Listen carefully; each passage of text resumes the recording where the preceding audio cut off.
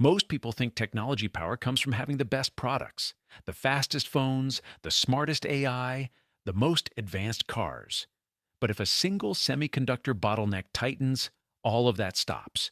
Not because innovation disappeared, but because everyone depends on the same narrow paths. In the global chip system, power doesn't live in products. It lives in choke points. To understand why, imagine the global chip industry like a highway system. Millions of vehicles move every day. Different brands, different destinations.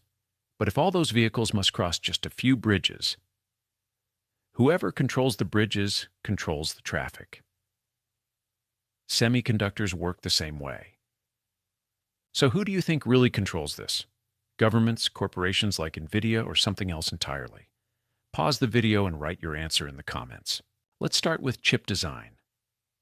Companies like Apple, AMD, Qualcomm, and NVIDIA design processors.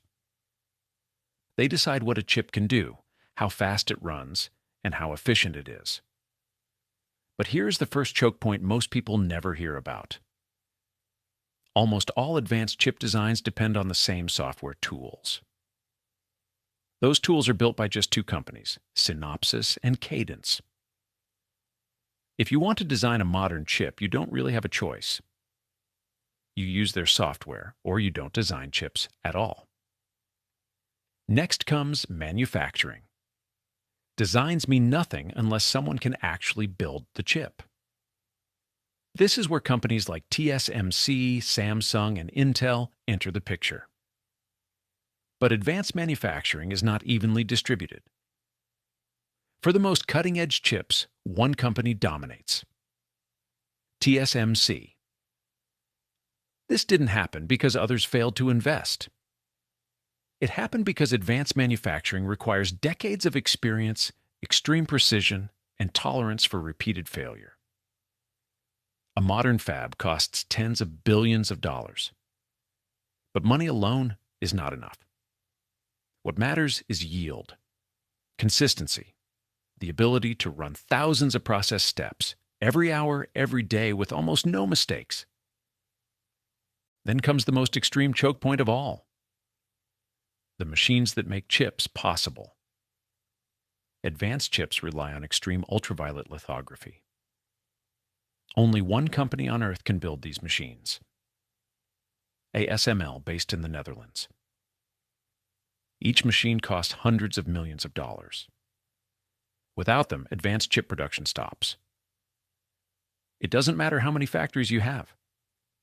No machines, no chips. But choke points don't stop with hardware. There is also a software and ecosystem choke point. Once chips are built, developers need platforms, libraries, and tools to use them. Once an ecosystem becomes dominant, switching away from it doesn't feel like upgrading equipment. It feels like rebuilding an entire factory.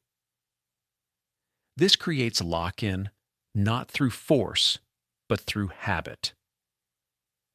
And habit is one of the strongest forces in economics. Now step back and look at the full system. Design tools from a few firms, manufacturing from a few fabs, machines from one supplier, ecosystems built around specific platforms. No single company controls everything.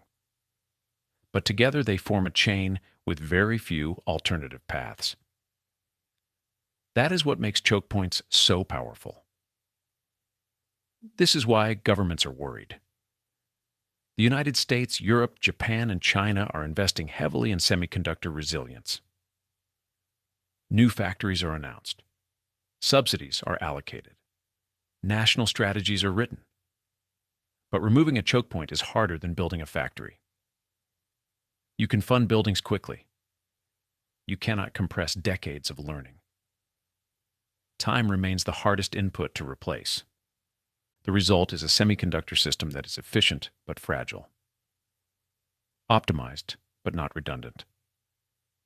Small disruptions ripple outward. Cars stop shipping. Phones are delayed. Cloud computing becomes more expensive. AI progress slows. So the real question is not who makes the best chips. It is who controls the bridges everyone else must cross. Because in complex systems, choke points matter more than scale. And whoever governs those choke points quietly governs the future of critical technology. If you want to understand power in the modern economy, don't just follow the products people buy. Follow the bottlenecks they depend on. That's where control lives. We provide in-depth analysis like this every week. Subscribe to ensure you don't miss our upcoming reports.